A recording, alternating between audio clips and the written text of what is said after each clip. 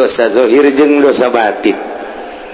Carana kumaha tuh kiai miceunana teh tinggalkeun secara zahir, istighfaran sungut urang istighfar, qalbu urang tobat. Memantak tobatna per detik tobat bae.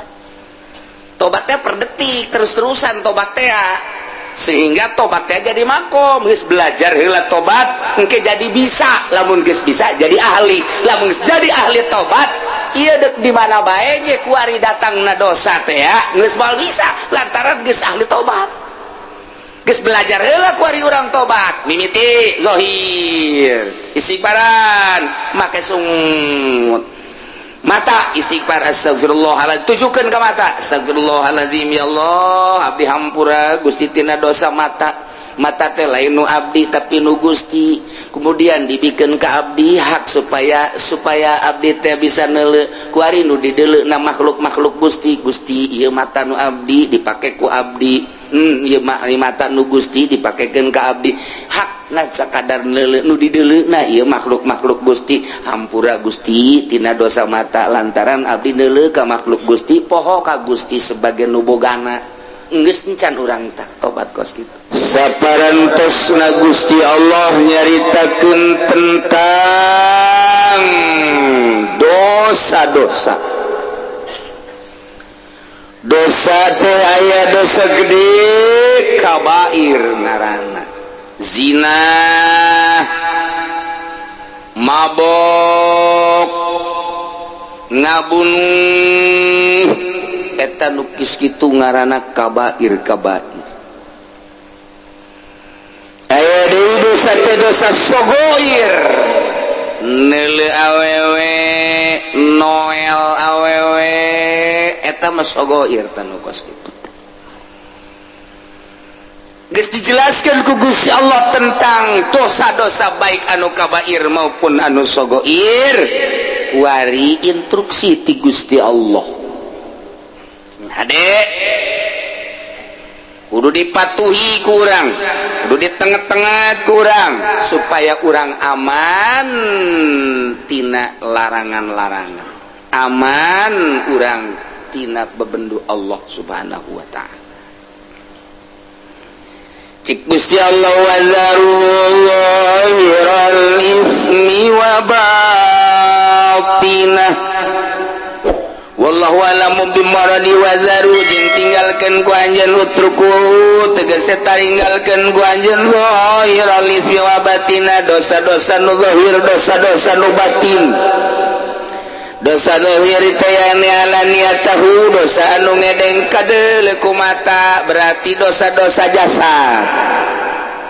Dosa nu patalina kana awak, zahir kadeuleu ku urang.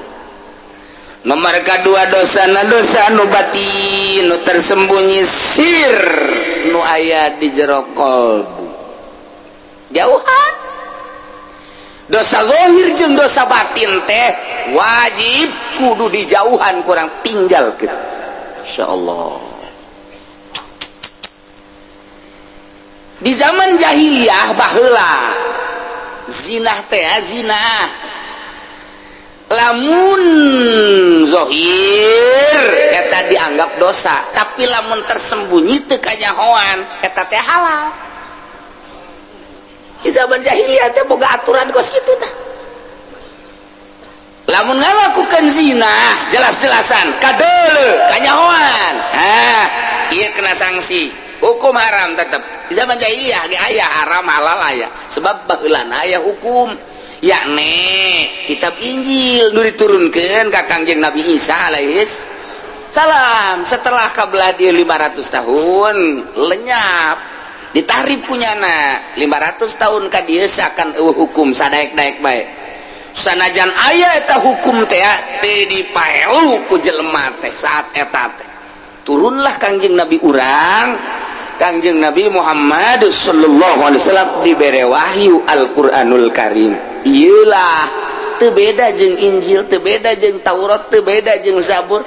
Hiji nauhidkeun ka Gusti Allah, hukum-hukumna akur bae. Zina baheula haram ku ari ge haram, mabok baheula haram ku ari ge haram, terus akur-akur baik. Adapun aya perbedaan-perbedaan jeung Injil jeung Taurat kuari perlu dikoreksi. Coba Injilna tahrif papan teu, coba Tauratna tahrif papan teu. Ja anu nurunkeun hukumna, nurunkeun kitabna Allah keneh. Kecuali bangsa puru-puru nu sautak saeutik yang mungkin aya beda ngan mayoritas nama aku. Nih kulantaran zaman jahiliyah teh seperti eta kabelah dieuna masih keneh eta teh hukum-hukum kos kitu teh tah dilakonan. Zina ketika kadeuleu nah kena sanksi, ketika sembunyi mah teu kanyahoan cak cenah halal. Zina teh di zaman jahiliyah kuari di zaman SBY hampir kos zaman jahiliyah kuari teh aya hampir jasa mirip malah leuwih bahaya kuari, leuwih jahat kuari. Nah lama lamun aya anu kadeuleu kena sanksi zaman jahiliyah mah kuari mah dicitra ambalaya nu kena sanksi, dicitra ambalaya tah didinya tah di mana kiai tah di mana lah pokoknya di tah beta di tah di mana sih kawasan ku pakai kiai nyaho eta barang liwat cangcut ambalaya teu kaburu kacokot beureun gunyana.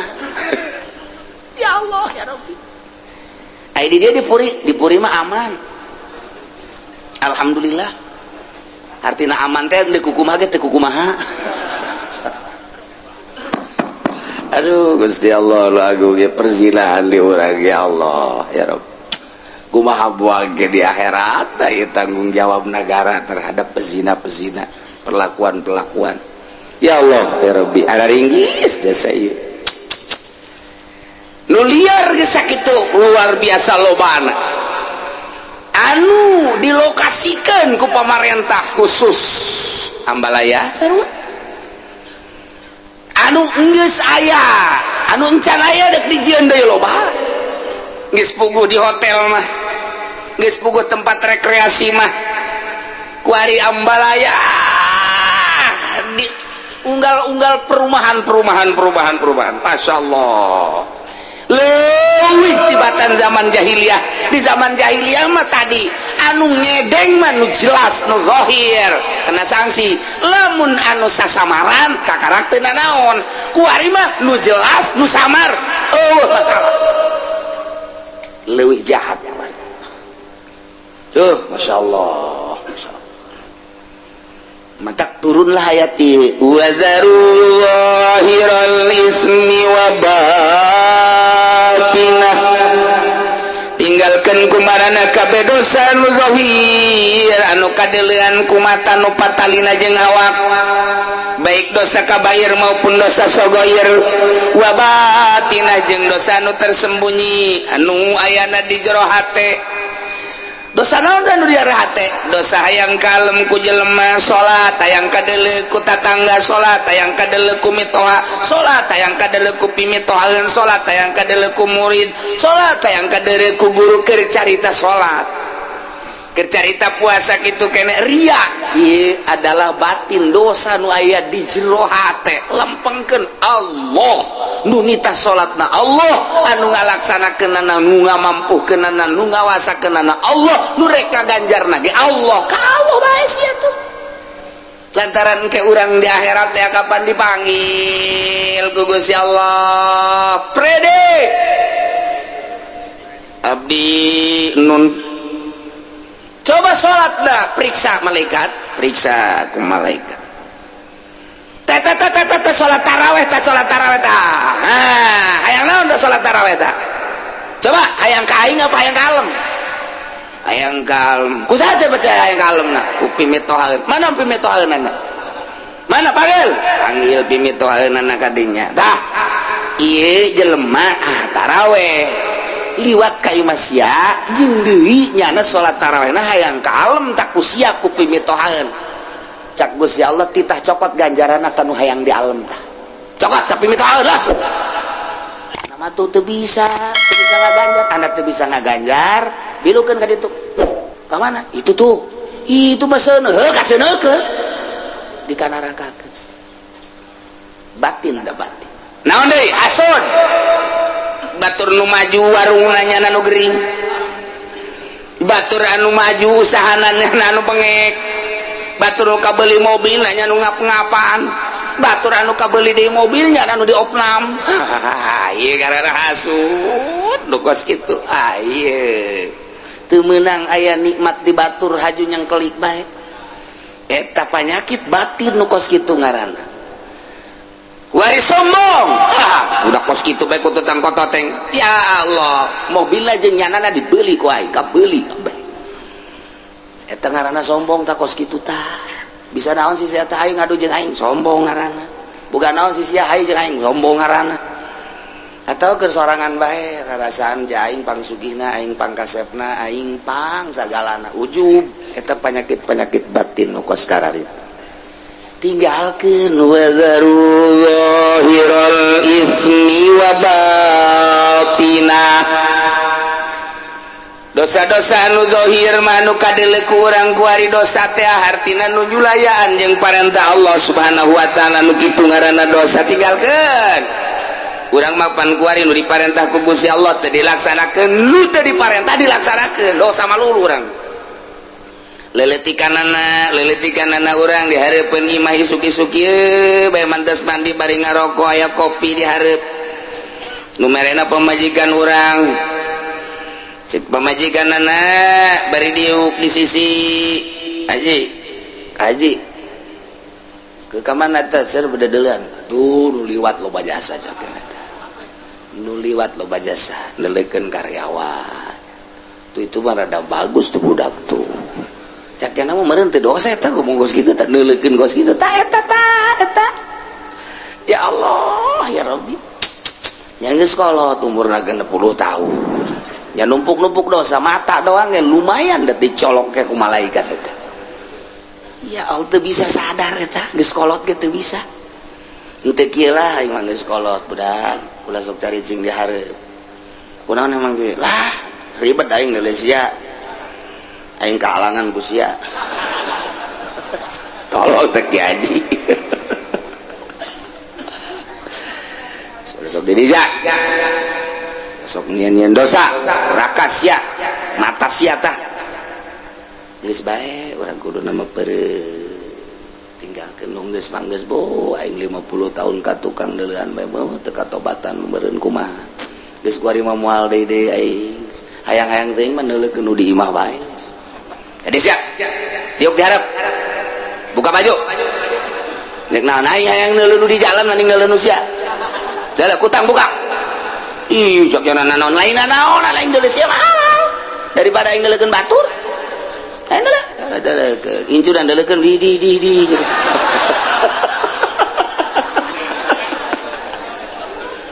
Aduh, Gusti Allah nu agung.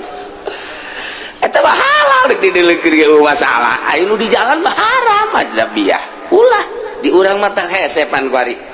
Di Arab mah kan rada deres di Arab mah. Sajore-jorena di Arab lantarannya mah pake borongsong pan ka dieu. Kadang-kadang mata anak ge atuh teu kadeuleuan kapan make cadar. Geus urang teu bisa neuleuh di Arab teu bisa neuleuh. Sejahat-jahatna di Arab melebah aurat mah tetep bae katutupan. Coba di urang. Di urang mah masyaallah tuh hese jeung nu make jilbab. Aya ge jilbab sakieu sapotong. Ada deres geus. Ai ieu ditutupan ai ping-ping ka mana-mana. Nek kumaha deui coba ayeuna. Ih, geus hese. Geus hese bae kumaha di Indonesia mah jadi urang ieu hese jasa. Mata kata asal keluar berarti imah mata mah geus berdosa bae pasti jasa. Mata mah geus pasti jasa. Manta kuari ba atuh nu bagus mah geus ulah ka mana.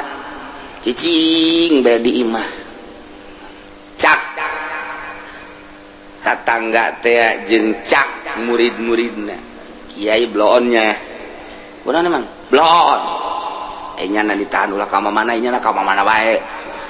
Kiai teh si tolol ka mana bae. Jakuari mah dek kiai dek teh saha asal geus loba keluar we pasti bae neuleuh aurat.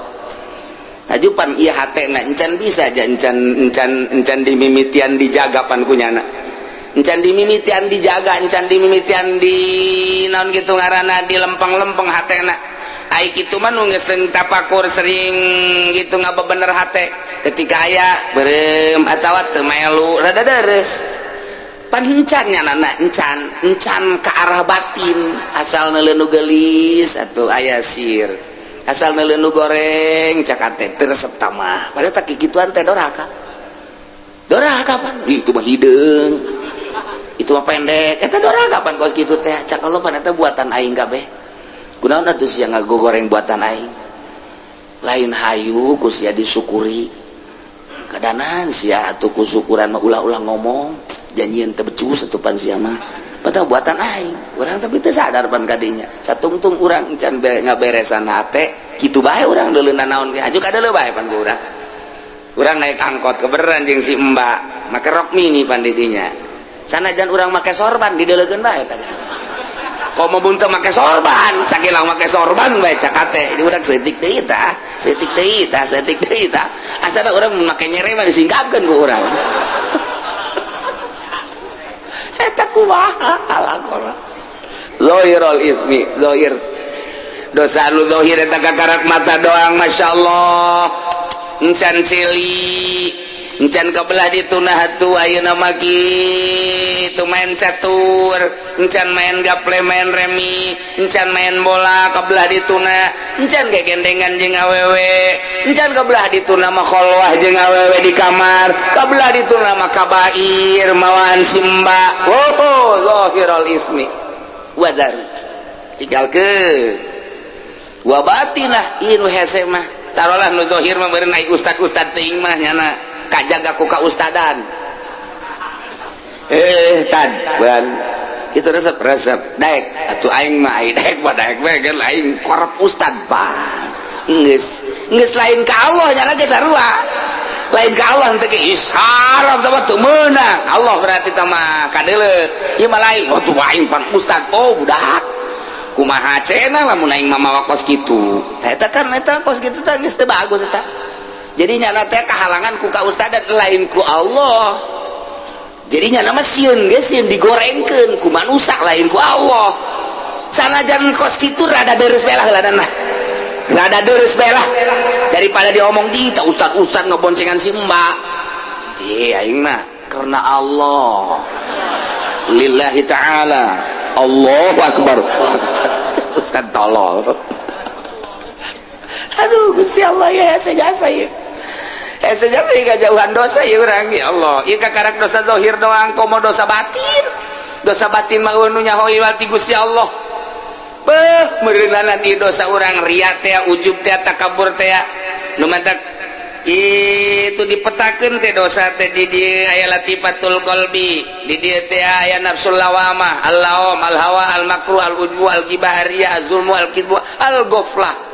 Nah eta teh nu kudu dipiceunan lalaunan ku urang bari merenung ka Gusti Allah miceunan laom cuad cawad ka Gusti Allah miceunan hawa miceunan makruh miceunan ujub terus bae ku urang aya ti dieu teh handap ka dieu nafsul ammaratu bisu nafsu amaratu bisu teh naon ieu teh eusina teh nah al bukhlu al hirsu al hasad al jahlu al kibru as-sahwat al godob eta kan kudu dipiceunanakeun ieu penyakit-penyakit batin teu kumaha miceunanana nya hoge pan encan urang meraktekeunana ge kapan encan nu mantak ketika jol teh urang geus aya tupukar tapakur langsung bae resep jeung teu resep pan eta mah ngaranna syahwat. Ari geus makan ku urang diomean ketika aya nu resep dadamelan Allah daek sih tolol kene we teh kiai blon tapakur ku tapakurna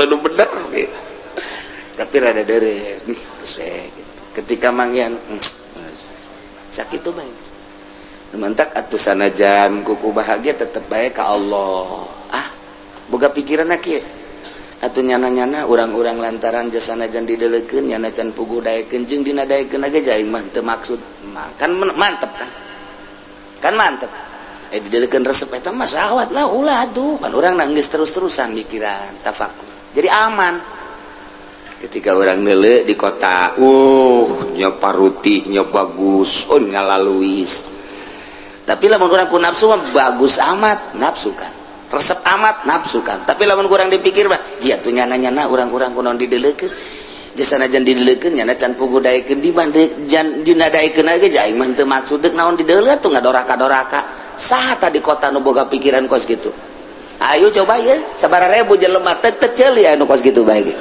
ulah ki haji ulah lain ki haji dah bae lah ki haji na malah mah bagus amat jatah akur jeung nu di imahnya tolol tak ki haji coba ayo lumayan ka resep ka kota ge ka kota deui lah engko dan cuci mata lain cuci mata ngerebakeun mata eta titah ditinggalkeun wazaru zahirul ismi wa batina masyaallah iya saya tinggalkan di urang mah ya bab aurat mah di Indonesia ya mah di Indonesia jasa di Arab mah rada deres lah di Arab mah rada deres rada mentak eta urang hese jasa ketika tawaf satu sisi urang teh dititah tawaf satu sisi urang tawaf teh babarengan jeung awewe tarolah ai ukuran ka sentuh jeung awewe mah urang bisa taklif ke mazhab lain ketika orang teu bisa ngamankeun wudu orang bisa orang taklif ka mazhab Hanafi nu bagus berarti wuduna keneh lantaran eta mah sapaket ngaranna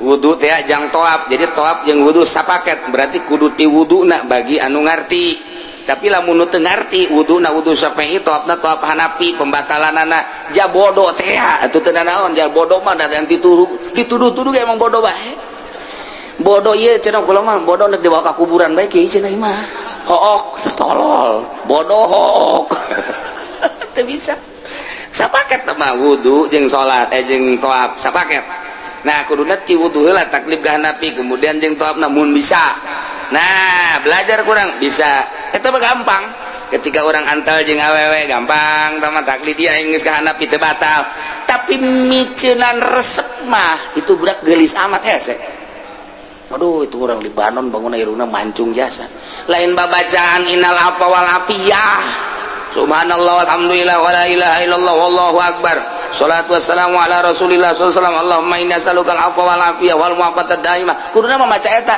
endan mancung amatnya iruna bagus tah masyaallah urang mananya KTP-na urang mana suratan gitu nomor HP-na sabaraha tolol teh budak keur toab kapanggih jeung urang India kapanggih jeung Pakistan kapanggih jeung Libanon kapanggih jeung urang Turki urusan toabna mah babari pembatalanna mah babari miceunan eta tah resep nu hese nah iya satu sisi urang dititah nungguan ulah aya jelema awewe moal aya datang ke irah ge eta kabeneran urang jeung urang takron yang hideung beran hidung janamnya rombongan brus urang aja nya hidungnya bau teh budak tentu dawa urang ibadah toab nyarekanan batur balulu sugutan teu hate pan Allah mandelekeun innallaha yanzuru ila suwarikum wa la yanzuru ila qulubikum deh kumaha anu watak hararese jasa urang hayang khusyuk jasa toab mantak nu bagus batu tungkul we toab teh urang peureun bari babacaan atau babacaan onam lah teman tadi dititah sapira doa menta tuh geus teu kudu atau baca Quran baca sholawat ayo coba deuleu nu toab aya nu kitu jauh malah masuk nutur-nutur saya nutur nah lumayan cek nya teh keur toab lumayan encan sae aja geus beres urang di masjid yuk baik ye pantitah nelekeun Baitullah Allahumma zid hadzal baita tashrifan wa takriman doana terus bae ka doa eta keur teu ngadoa ge geus nelekeun Baitullah urang diganjar 20 derajat nelekeun bae gitu sakedeung mah nelekeun kieu aya nu liwat bancung eleh Baitullah ku irung urang ieu muter ka dieu aya deui nu ti ditu ka dieu muter deui Baitullah na teu kadeung eta urang hese Masya Allah mantak Fudel bin Iyad bangis teu ka masjid Jumat geus henteu eta mah bagi jelema nu keur ngabersihan batin ilah wa zaruhul ismi wa batinah. Taruhlah nu zahir mah meureunanan pangkat ustad pangkat kiai mah rada deres rada bisa rada encan aya bisa mah rada, tapi pelebah batin mah hese jasa ria teh ujub teh anu tadi dicaritakeun teh masyaallah sakitu hesena. Dua eta tadina latifatul qalbi jeung latifat jeung nafsu, latifatun nasi inna nafsala ammaratum bisu esina sakitu tadi. Nah ieu nu hararese mah kos kitu. Nah eta teh nu kudu dipiceunan teh urang teh hirup memeh maot supaya miceunan panyakit eta. Ulah ngahayalkeun hayang jadi wali, ulah ngahayalkeun hayang jadi solihin, ulah piceunan bae eta na wali mah datang sorangan. Ketika Kangjeng Nabi Musa hayang kapanggih jeung Allah hese jasa. Hese Kangjeng Nabi Musa teh hayang kapanggih jeung Allah. Datang ka menta kapan Kangjeng Nabi Musa maka Gusti Allah hayang kapanggih jeung Gusti teu kapanggih-panggih. Hese. Sakalina Gusti Allah deuk manggihan Kangjeng Nabi Musa. Kangjeng Nabi Musa maksudna deuk dibere kapanggih jeung Gusti Allah di Gunung Tursina. Syarat-syarat teh loba jasa. Hiji, puasa heula 40 poe. Dua, kudu miceunan segala rupa nu aya di awak. Baju ulah leuwih ti hiji bae Musa. Teu meunang kapanggih jeung jelema selama 40 poe. Eta teh riadoh Kangjeng Nabi Musa, sagede Kangjeng Nabi Musa nu dipilih ku Gusti Allah, hayang kapanggih jeung Gusti Allah, syaratna loba jasa jeung hese. Ketika kapanggih jeung Gusti Allah teu kuateun Kangjeng Nabi kharra saiko. Ngusruk Kangjeng Nabi Musa. Tapi Kangjeng Nabi urang mah teu hayang kapanggih jeung Gusti Allah. Gusti abdi mah kumaha Gusti bae jadi ciptakeun teh ku Gusti abdi mah. Nu penting mah abdi mah ngalaksanakeun parentah-parentah Gusti, ngajauhan larangan Gusti, instruksi ti Gusti titah nyampikeun ka umat ku abdi bakal disampai-sampaikeun. Kitu bae abdi mah Gusti, teu hayang kapanggih jeung Gusti Allah. Jol dijemput ku malaikat Jibril. Dibawakeun buruk, dibersihan heula, naik cek Jibril, deuk dibawa ka mana teu nanyakeun kitu Kangjeng Nabi mah. Deuk dibawa ka mana deuk kumaha henteu. Dipapakeun ku malaikat Jibril jeung ku malaikat Mikail, mawa ke buruk, naik berangkat datang ka Masjidil Aqsa sugan nanyakeun Kangjeng Nabi deuk dibawa ka mana henteu. Gerak Allah bae mah datang ka dieu, turun cek malaikat Jibril, turun salat imaman Allahu Akbar. Nabi-nabi jeung rasul ngamakmum di tukang nanyakeun teh Kangjeng Nabi deuk dibawa ka mana henteu. Beres naik cek Kangjeng cek malaikat Jibril, hayo berangkat ka luhur, naik ka langit ka hiji, nanya teh Kangjeng Nabi deuk dibawa ka mana henteu. Janu ditanya sama malaikat Jibril, man hada? Saya ada Muhammad. Apa geus saya ieu instruksi geus saha ente ana Jibril aya teh di barengan Muhammad geus dibere izin geus naik Kangjeng Nabi na ditanya henteu. Kangjeng Nabi mah nanya doang aya teh saha aya di mana henteu nanyakeun deuk dibawa ka mana henteu teu boga maksud tah urang ibadah teh titah nuturkeun kos kitu ulah hayang kapanggih jeung Allah ai salat henteu tolol teh coba pakai udeng-udeng pakai jubah deuk ka mana deuk ka Allah. Woi dohor moal aing mah moal dohor geus liwat aing mah dohor syariat mah kos kitu mah aing mah geus datang ka hakikat. Waduh ranteh habak bebeutkeun lain kita ieu beda. Kangjeng Nabi Musa dipanggil ku Gusti Allah setelah hayang teu kuateun Kangjeng Nabi Musa. Kangjeng Nabi urang mah tenang bae sebab naon teu hayang ngan ngalaksanakeun parentahanana. Begitu datang ka Sidratil Muntaha malaikat Jibril mah teu kuat cek Kangjeng Nabi Jibril atuh bareng jata tadina bareng lain wilayah kula mah ngan datang ka dieu doang cek malaikat Jibril naik bae ka dieu tu kula mah ajur cek nya. Jadi ulah sok haju ngaleuwihan wilayah ulah sing hade wilayah tadi jaga satu cek balik cek Kangjeng Nabi tungguan we di naik Kangjeng Nabi mah sorangan zat berarti luhur jasa Kangjeng Nabi pangkat dibandingkan malaikat Jibril ge sugan hayang henteu jata mah dibawa ku Gusti Allah tet nu mantak cek Sidina Ali ai anjeun si maripat kumaha eta kunaon cek Sidina Ali maripat kula mah ku Allah ti Allah ka Allah lain nang kula lamun urang hayang makrifat moal datang-datang, urang hayang jadi wali moal datang-datang. Lain wali mujbir mah moal bisa geus ulah nyaritakeun kos kitu. Kuari mah salat nu bagus, zahirna batinna bersihan, engke ge datang sorangan. Ulah maksud nyieun kolong, nyieun bae bale nu rapi, engke teuneun kolong mah aya. Jadi aya kolongan, atuh aya asal nyieun bale bae kolongan. Ulah maksud nyieun kolong, ai balena teu rapi. Teu lain kolong ngorosot bae mah kahandap. Poe mah nyieun bae bale nu rapi, kolong mah pasti aya. Nah, urang ge ibadah teh rapihan, marifat engke aya sorangan. Ulah dihayalkeun mantap kamari jelema cenah hayang jasa manggihan Lailatul Qadar datang ka kiamat moal. Teu bisa dihayang-hayang, diintip emangna si mbah diintip. Intip Lailatul Qadar cenah di lapangan. Lapangan mana? Citra. Ya Allah. Intip Lailatul Qadar di Citra sia mah. Waduh. Atuh kapanggih teh mangke. Jeung naon? BH tah mah. Ulah dihayal Lailatul Qadar, ulah dihayal-hayal. Hayang mah hayang bae ngan ulah dihayal-hayal. Atuh bersihan bae batin. Lailatul Qadar mah datang sorangan. Da Lailatul Qadar mah terus bae diturunkeun jeung kapanggihna jeung jelema nu bersih daripada urang ngahayal-ngahayal. Ulah engke ge Lailatul Qadar waliullah kapanggih jeung Lailatul Qadarna beda-beda. Aya nu keur salat, aya nu keur di kamar, aya nu keur maca Quran, aya nu keur ngobrol, aya nu keur diuk bae, aya nu keur di jalan. Atuh kumaha bae teh bagus ya Allah nu mere. Anu penting bersih hate. Ai urang mah aya hate teh dibersihan, aya Lailatul Qadarna diintip. Blow on. Bersihan batin Lailatul Qadarna ulah dihayal-hayal asal batin bersih bae Lailatul Qadar menyorot ka urang sesuai jeung kebersihan urang. Tuh nu mantak Kangjeng Nabi mah teu hayangan kapanggih jeung Allah dibere dengan mudah kuat.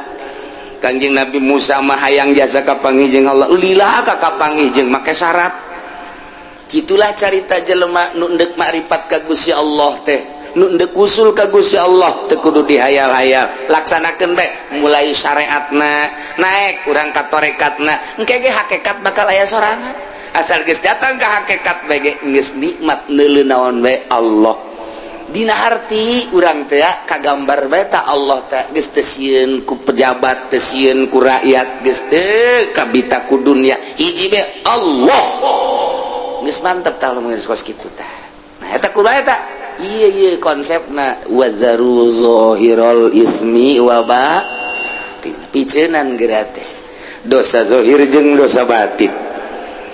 Carana kumaha atuh kiai miceunan teh tinggalkeun secara zahir, istighfaran sungut urang istighfar, qalbu urang tobat. Memantak tobatna per detik tobat bae.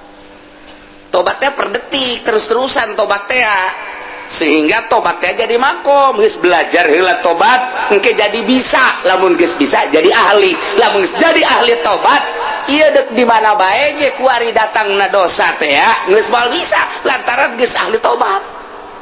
Geus belajar heula kuari urang tobat, mimiti zahir istighfaran make sungut mata istighfar astagfirullahaladzim tujukan ke mata astagfirullahaladzim ya Allah abdi hampura Gusti tina dosa mata teh lain nu abdi tapi nu Gusti kemudian dibikeun ka abdi hak supaya abdi teh bisa neuleuh kuari nu dideleukna makhluk Gusti ieu mata nu abdi dipake ku abdi ieu mata nu Gusti dipakekeun ka abdi hak na sakadar neuleuh nu dideleukna ieu makhluk Gusti hampura Gusti tina dosa mata lantaran abdi neuleuh ka makhluk Gusti poho ka Gusti sebagai nu bogana geus encan urang tah tobat kos kitu encan atuh di mana menang Lailatul Qadarna moal bisa hiji terus we per detik hampura Gusti eta mah teu kudu di masjid teu kudu di masjid tah kos kitu mah di jalan di mobil terus bae. Orang keur naik mobil di hareup teh, neuleuh awewe di sisi jalan. Putih amat teh ping-pingna. Ya Allah. Dosa langsung astagfirullahalazim. Sugan bae di hareup aya nu leuwih ti kitu. Allah, lain tobat blot tah. Astagfirullahalazim Gusti, mata abdi cikeneh. pakai awewe aya hasrat Gusti hampura Gusti ieu mata teh lain nu abdi nu Gusti engke bakal dibalikeun ka Gusti ku Gusti bakal ditanya eta nu aing dipake naon ku sia cikene abdi neuleuh makhluk Gusti pohoan ka Gusti abdi ciptaan Gusti mata ciptaan Gusti neuleuna ieu hawa nafsu abdi nu dideuleu makhluk Gusti abdi resep-resepna hawa nafsu abdi hampura Gusti moal kaburuna naon asana urang lamun kos kitu bae tah moal kaburu geus moal kaburu bae ieu lain kitu sia atuh dihareup wah kalauna kenceng teh kunaon loba jelema tah mantep tah heureuh hese cuci mata heula teh dideuleukeun urang cak Allah teh ayeuna naonan sia paneta mata nu aing engke sia bakal balik ka aing ku aing ditanya sia aduh sia lamun teu tobat tah eta entak ye wazaru zahirul ismi wa batina carana kumaha ninggalkeun tobat sanggeus teh urang ninggalkeun secara zahir tobat sakumaha tadi kuari celi ya Allah ya Rabbi astagfirullahalazim celi abdi hampura ieu celi teh nu Gusti lain nu abdi ulah pacar nu urang nu Allah nu mentak ke ku Allah teh dibere ngadenge ke ku Allah dibere torek atuh nu Allah ieu untuk mah Allah wae kadang-kadang orang waktu ieu kulantaran torek bae ka rumah sakit geus puyeng jasa pohoan ka Allahna cak Allah sia tuh lain ka aing ka dokter mah ka dokter bae tapi ka aing bae teh nu norekeun ge aing nu norekeun sia teh aing nu mata ku aing ditorekeun sia ngadengkeun musik malulu jaipongan sagala naon sugan bae sia inget tah ku aing ditorekeun sia ayo sia ka dokter tah tapi ka aing dikorek-korek ku dokter dibere obat cager cak Allah teh cager lain nang dokter nang Allah cak Allah teh korek-korek dikorek-korek ku mah cager sia ku aing terus aing mah ditorekeun eta kepaeh sia atuh kumaha Allah bae ngan urang mah teu nyaho bae jeung urang mah loba demo ka Allah teh tungtuna mah ngomong Gusti jabatur mah can tarorek aya abdi kunaon ditorekeun Gusti asana teu adil jeung sia jebut teu adil ka aing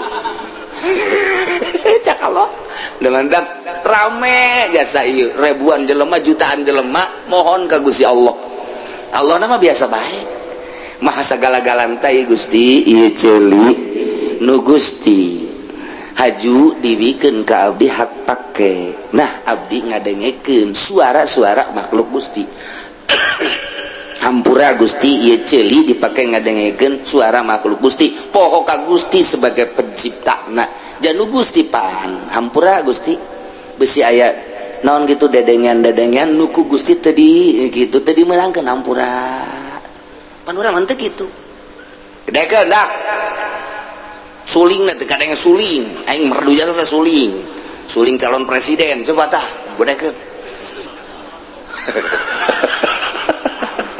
aduh presiden orang boga gitar mantep jasa masyaallah suling aya dinyana gitar aya dinyana nek mimpin negara boga gitar boga suling boga organ segala rupa mantep jasa ieu satuju jasa lah urang mah geus jana bae jadi presiden lah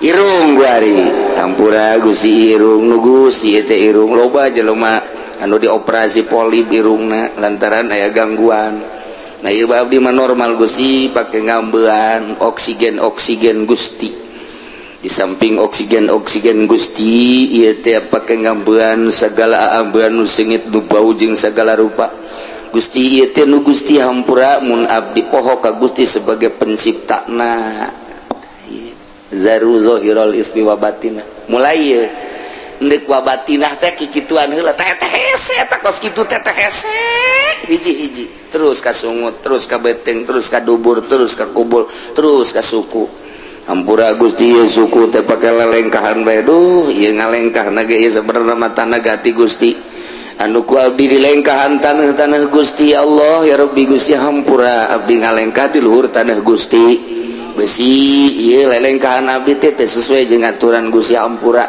tah eta teh lain di masjid keur lempang keur diuk terus bae tah urang belajar ngaranna engke lamun terus-terusan bakalna bisa engke lamun geus bisa urang jadi ahli lamun geus ahli tobat teh jadi makom mulai urang boga makom tobat ngaranna nah didinya nya dosa naon bae langsung bae ka istighfaran ku urang tek astagfirullah urang mah aya bae lantaran urang mah lain nabi mah maksum moal aya dosa urang mah jelema biasa aya ngan urang teh dititah tobat tubu ilallahi taubatan nasuha sehingga tobat teh jadi makom ngeunaheun urang teh kulantaran boga loba tobat terus bae keur lempang keur di mobil keur diuk keur sare gedeg sare terus bae urang mah tobat ka Gusti astagfirullahalazim nginget-nginget tadi teh hampura lain deui kege salatna ge ngeunaheun geurage lantaran geus eueuh dosa nu ngahalangan kana ngeunahna salat eta adalah dosa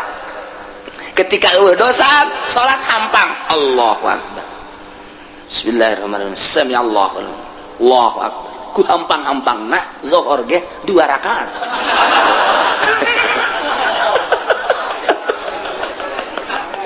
aduh ngaco sama sholat bos gitu teh wazaru zahiral ismi wa batinah tinggalkeun ku arjaneun kabeh dosa-dosa nu zahir nu patali jeung raga wa batinah jeung dosa tersembunyi ya nu aya di jero hate wal ismu kila zina wa kila kullu masyiatin cek sakaul lain zina seluruh permaksiatan yo sing hade innal ladzina yaksibuna al isma sayujzauna bima kanu yaqtarifun sanyanya jelema anu migawe kana dosa baik dosa anu zahir maupun dosa anu batin engke teh bakal dibalas ku sebab pagawean manehanana di dunia ya Allah ya Rabbi urang teh sugan teh mah geus neuleuh bae geus ngadenge bae sugan teh mah nyekel bae sugan teh mah ngomong doang sugan teh mah lelengkan horenganan sayujzauna bakal dibales ku Gusti Allah jaga di akhirat balasanana diadilkeun ku Gusti Allah disesuaikeun bima kanu taripun ku sebab pagawean nu kurang dilampahan di dunia nu teu katobatan teh nah iya bata pake neuleuan anu diharamkeun ku Gusti Allah can katobatan sayujzauna bimakan bakal dibales ku sebab mata nu ku anjeun digunakeun pake neuleuh haram-haraman ceuli sayujzauna bakal dibales eta ceuli pake ngadengekeun nu diharamkeun ku Gusti Allah sungut sayujzauna bakal dibales ku sebab ngomong-ngomong nu diharamkeun ku Gusti Allah leungeun sayujzauna sopo sayujzauna geus puguh kabair zinah jeung sajabana mah nah ieu lah sayujzauna bima kanu ya apa tarik sing hade urang mumpung masih keneh dibere umur ku Gusti Allah dibere sehat ji teu nyaho bawa isukan dicabut nyawa bawa minggu hareup dicabut nyawa bawa bulan hareup dicabut nyawa ai kitu mah geus katobatan ngeunaheun tapi lamun can katobatan ieu rempan mantaklah cek ulah bae geus aki-aki mah geus umur 40 ka luhur 50 mah komo-komo 60 mah geus ngongkoyangkeun tasbih bae geus ulah aya dipake mah kongkoyangkeun bae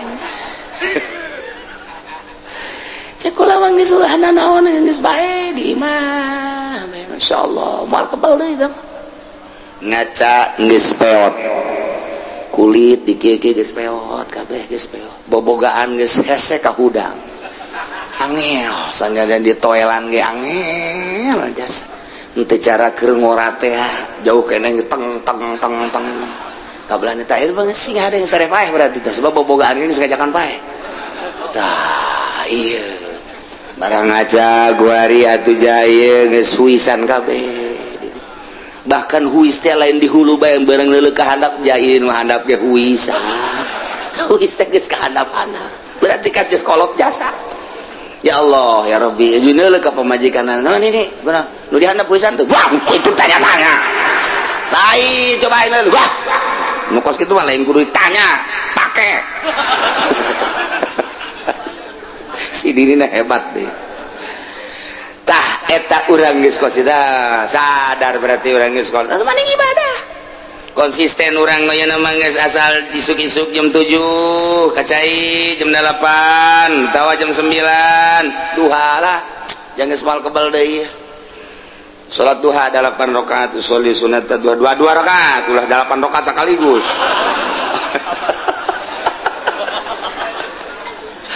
dua rakaat Allah tenang panggil ke orang anak orang itu kontrakan itu tuh jang sia itu tuh toko-toko tuh jang sianya guys emang abang ke mana abang mau kembali lah di sekolah ieu tapi tetap bagi dua sia ngalaksanakeun store ka aing deres sakit tuh guys deres karena yang hirup keneh guys jadi guys plong guys petul patel urusan usia sawah aing merek ibadah baik ka Gusti Allah beuh eta kolot mantap jasa hebat jasa mah kolot tas maghrib baca Quran atawa baca sholawat datang ka Isya ulah balik di masjid sakedeung ti maghrib ka Isya kuat kebalik blow on teh si kolot acara TV cara kiai eta sih di kolot mah papegatan mantang naon jeung TV papegatan isin ke lamun dihudangkeun ti kubur engke TV ti tadi panggul pan isin jadi isin urang Allah geus kolot-kolot nyambongkok pan panggul TV cak tetangga-tetangga ge eta naon lah sia kalau teh nyawa bae kunaon teh dibangun aing resep jasa baheula ieu TV ka bawa bae wae geus dipiceunan ge nempel deui cak pan teu kudu ditanya sama ku malaikat karesepna berarti TV isin daripada ke di akhirat kurang di bang baluhan TV banding ti kuari pepegatan yang TV ya Allah ya Rabbi naon ngeunahna si tiba heula nonton sinetron nonton film jeung sajabana jasa kikituna keneh bae urang dilalagaku nu kos karari itu atuh mani di ka Allah keun geus aing mah kuari lah tas magrib moal keluar aing geus deuk datang ka Isya maca sholawat tungkul ngacai daripada nonton TV mending ngaca nggak saya ngomong dengan HSP nggak lah udang jam 12 Isya tanya sendiri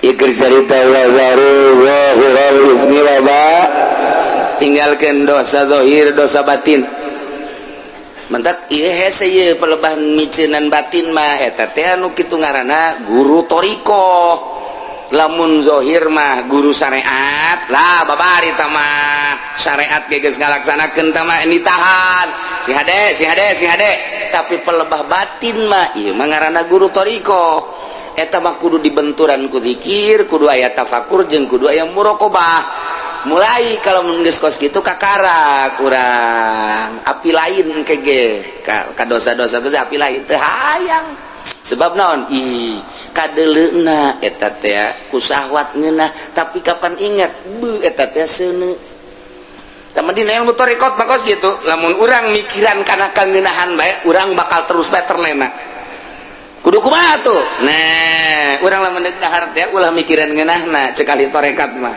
kudu mikiran naon kaluarna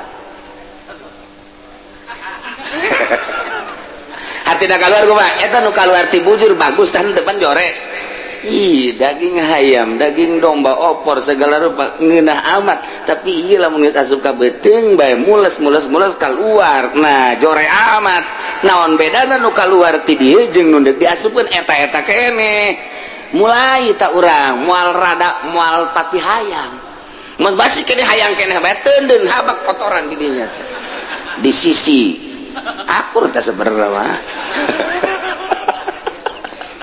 orang mencari ilmu tarekat teh kos gitu jadi hese mentak atuh kiai kuari jelema kuari norekat da jala eta mah norekat zikir doang manya bu guru zikir tarekat main limbah nyai mah ahli tarekat ngalimbah geus ku guru tarekat di mana di Jawa Timur kuari main partai ting bating eueuh ti dituna nu main tarekat kudu main partai eueuh sebab eta mah hahala pan aya tarekat mah ninggalkeun urusan dunia deuk ka Allah aya partai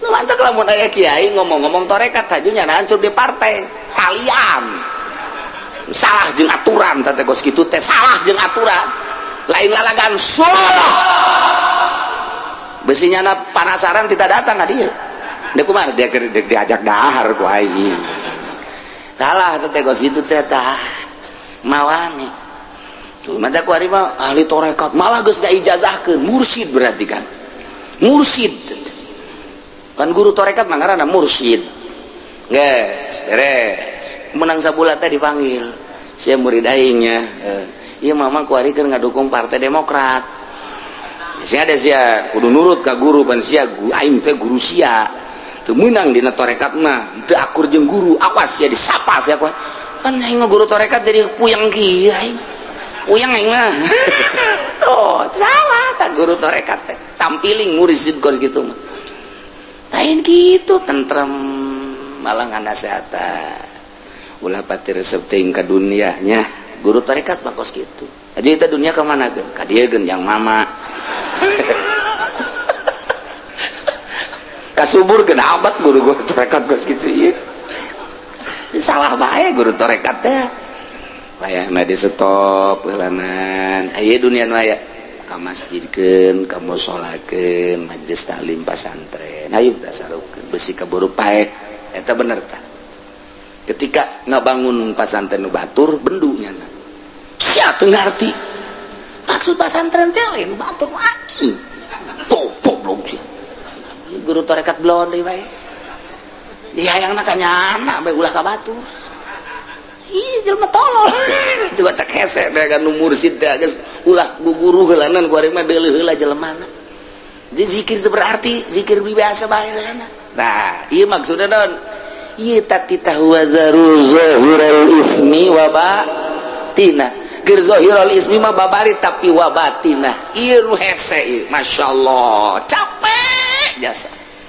udang dipeting teh kuarina pakuran nu ditapakuran teh nikmat-nikmat ti Gusti Allah mulai urang tafakur nikmat nu dibikeun ka urang dibikeun ka makhluk-makhluk maha sagala-gala Gusti tafakur urang ka makhluk Gusti para rasul para nabi nu geus bararisaan jasa ngalempeng-lempengkeun hate tapakuran ku urang Ahmad tapakuran Muhammad luar biasa tama Gusti abeh naon abeh nyurup ka diri urang abeh nyurup urang teh napakuran Kangjeng Nabi lain salam-salam haju menang berkat lain Assalamualaikum zainal anbiya ya assalamualaikum Assalamualaikum asqal asqiya ya assalamualaikum Assalamualaikum asqal asqiya ya assalamualaikum min rabbis samai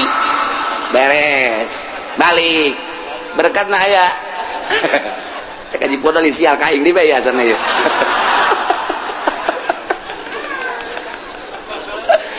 anu dibaca ku urang teh tadi assalamualaikum zainal anbiya asfal asfiya boh jelema anu nyaritakeun dicaritakeun ka beningan ati lamun teu ditapakuran bahasa-bahasa eta atuh kaberkat bae lupatna kaberkat bae apa pernah Kangjeng Nabi nyaritakeun berkat ya henteu pala tu urang nu mamaca nyana aju kaberkat mobil teu daekeun leumpang ieu naon ieu panitia da teh horenganan amplop poho mobil teu daekeun barang amplop oh ieu kieu hadena ge can berangkat cek teh ieu ya amplop jatah aju tokcer bae sial ta mobilnya hewan jasa nu dibaca kurang assalamualaikum zainal anbiya assalamualaikum asqal asqiya assalamualaikum asfal asfiya assalamualaikum asqal asqiya eta pan maknana pohara jasa mun teu ditapakuran kurang di maknaan doang moal nyurusup ka jero hate tapi ketika kurang ditapakuran tah muraqabah Ahmadiyah muraqabah Muhammadiyah di muraqabahan kurang impleng kurang sapeting eta kamulyaan Kangjeng jeung keagungan Kangjeng sifatan-sifatan Kangjeng jeung kebersihan Kangjeng datang ka miraj-miraj da Kangjeng sapoting dua peuting tilu peuting bakal nyulusup ka jero hate urang set leuleus hate urang hayang nurutan Kangjeng Nabi mulai tidinya tet lelengkahan urang teh nguturkeun Kangjeng Nabi set geus moal nyaritakeun berkah starter ge langsung togjer tah mah oh itu saya pemuraqabah ngan hese nah iyalah nek micenan zahirul ismi wa batinah dibulak-balik teh kurang geus sering urang lah ngaji mah ieu tapi ngabersihan praktek. Coba supaya urang rada beda hirup urang. Oh, renungkeun ku urang, merenungkeun nu aya di urang bae heulana. Ulah jauh-jauh urang bae encan guguru urang mah tarekat teh encan, merenung mah teu nanaon. Napa kurang? Beuh eta guru urang, abuya. Tiloka mamana nya nama berarti geus betaheun jasa sorangan. Aya naon eta di diri nama kebetah sorangan. Ge nyana di imah sorangan bae gawena naon? Beusi ke urang nurutan nyana, ai nyana mah maca Quran, ai urang mah nonton TV. Beja tanyakeun, aya teh si abuya nyana sorangan bae. Oh, nyana mimiti salat duha aju ngaji, terus oke salat, terus ke istirahat ke ngaji deui, ke salat deui, terus kapetingkeun terus baca Quran, terus reup sarek, terus udang salat deui, terus gitu bae. Oh, jadi ibadah beusi ke diturutan cicingna doang. Aju urang meuli TV, buat tuh mantep imah TV dua, abeh nurutan abuya teu ka mana-mana. Tepan tolol eta kos kitu tah. Nah, tafakuran. Eta kakarak sapangkatnya na komo Syekh Asnawi meureunan. Eta sapangkatnya na komo Syekh Nawawi meureunan terus dipikir ahli-ahli Allah. Nu mantak salapi bakos kitu. Lamun urang mengkol ka lain salapi, nurutan nu lain salapi. Weh kiai anu mah bisaannya ngabangunna hebat eta. Menang di mana? Di nya mah pan proposal aya pan koneksina. Sah koneksina. Si hayang emang atuh hayang waukeun atuh aing. Hayu jeung aing. Mulai itu. Asal napakuran kadinya resep kadinya arahna.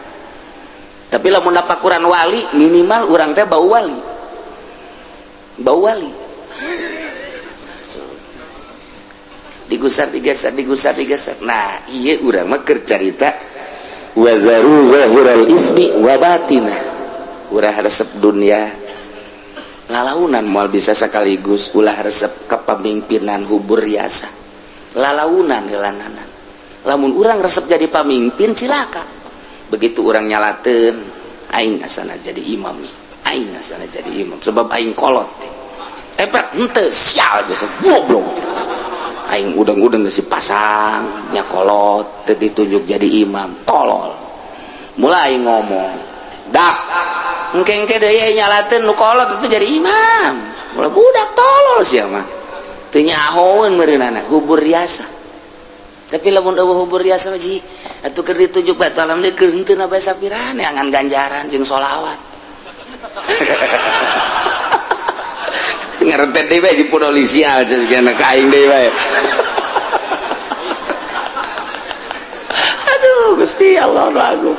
Teh sapira ieu menangan ridho Allah bebas-bebasan bae Masya Allah malah mah aya embung di jero hate teh lantaran teu aya resep nu mantak lamun teu aya resep malah diangkat man tawadhu rafa'ullah lamun jelema tawadu diangkat ku Gusti Allah gara-gara urang henteu tawadu dibebaskeun ku Gusti Allah eta tah micenan hubna tah micenan hubur riasa ketika urang hubur dunia laleupasan bae dunia laleupasan bae ngariung maksudna dunia ceramah maksudna dunia silaturahmi maksudna dunia bergaul maksudna dunia leupas teu ngawujud.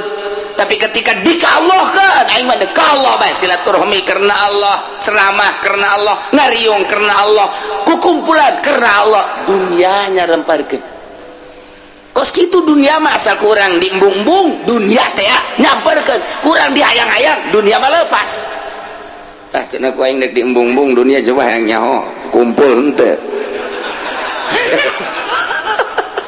Barang ku nyana diembung-embung teh teu kumpul-kumpul. Babeja aing jak geus embung ka dunia pan teu kumpul-kumpul atuh diembungan atuh aju kuno diana henteu atuh pas. Pan sia embung ada dunia. Aju dunia da eueuh. Atuh pas. Eta tadi lagi embung. Aing maksudnya lain gitu embung sote supaya kumpul atuh bohong berarti